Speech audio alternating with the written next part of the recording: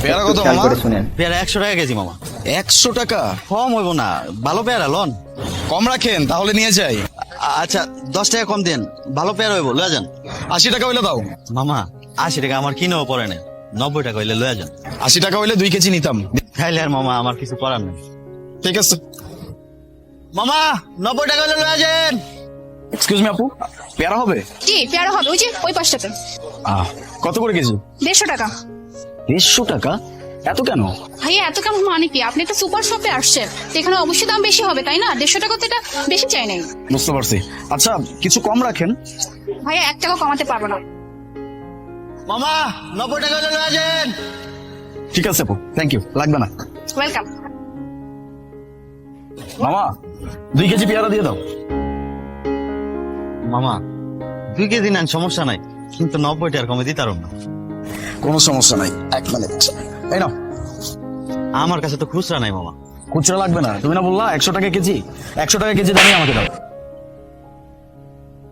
এলাম। Thank you. আরেকটা কথা, আজকের পর থেকে আমি ফ্রুটস আপনার এখান থেকেই কিনবো। শুধু আমি না, আমার অফিসে অনেক কলিগ আছে, আমি তাদের সবাইকে বলে দিব যেন সবাই আপনার এখান থেকে ফ্রুটস নেয়। কেমন? ঠিক আছে মামা, আল্লাহ আপনার ভালো করুন। দোয়া রাখবেন। আসি, আসসালামু আলাইকুম। ফিয়া মানিল্লাহ। আবার আসবেন মামা। আচ্ছা আপনারা কেউ বাসায় ফ্রুটস নিয়ে যান না? মসজিদের সামনে একটা মামা বসে, একটা ভ্যান গাড়ি নিয়ে, ওখান থেকে ফল কিনে নিয়ে যাবেন। কেন, ওই লোক কি কোন আত্মীয় বা আপনি কি চিনেন ওকে? পরিচিত কেউ না, অ্যাকচুয়ালি গতকাল একটা ঘটনা ঘটছে। আমি পেয়ারার দাম জিজ্ঞেস করছি, উনি আমাকে বললো 100 টাকা। আমি ওনার সাথে অনেক বার্গেনিং করছি, তারপরে উনি ওনার সাধ্য মতো দামটা কমাইছে, তারপরেও আমি নেই একটা সুপার শপে গেছি। যাওয়ার পরে যখন সেখানে দাম জিজ্ঞেস করলাম, আমাকে বলা হলো 150 টাকা দাম। আমি বললাম কম হবে না? আমাকে ডিরেক্ট বলে দিল যে কোনো কম হবে না, ফিক্সড প্রাইস। মানে ওই লোকটা যে ভ্যান গাড়িতে করে ফল বিক্রি করতেছিল, সে আমার সাথে যথেষ্ট ভালো ব্যবহার করছে। অ্যাকচুয়ালি আমরা সবসময় তাদের সাথেই বার্গেনিং করি যারা অসহায়, যারা গরিব, যারা রোড সাইডে এরকম ফলমূল সবকিছু বিক্রি করে। কিন্তু একই দিকে একই প্রোডাক্ট আমরা যখন কোনো সুপার শপ বা বড় কোনো শপিং কমপ্লেক্সে গিয়ে কিনি, তখন সেখানে কোনো বার্গেনিং করি না। আমাদের উচিত যে কোনো জিনিস তাদের কাছ থেকে নেওয়া, বা তারা যে দামটা বলতেছে সেই দামে তাদের কাছ থেকে কিনে নেওয়া।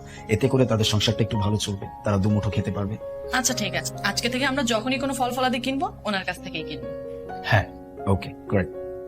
বাবা বাচ্চাদের পেয়ারা দেন তো। আমাকে 2 কেজি দিন। আচ্ছা দাঁড়া, দিতেছি দিতেছি ম্যাডাম। এলাম স্যার, এলাম ম্যাডাম। আবার আইসেন।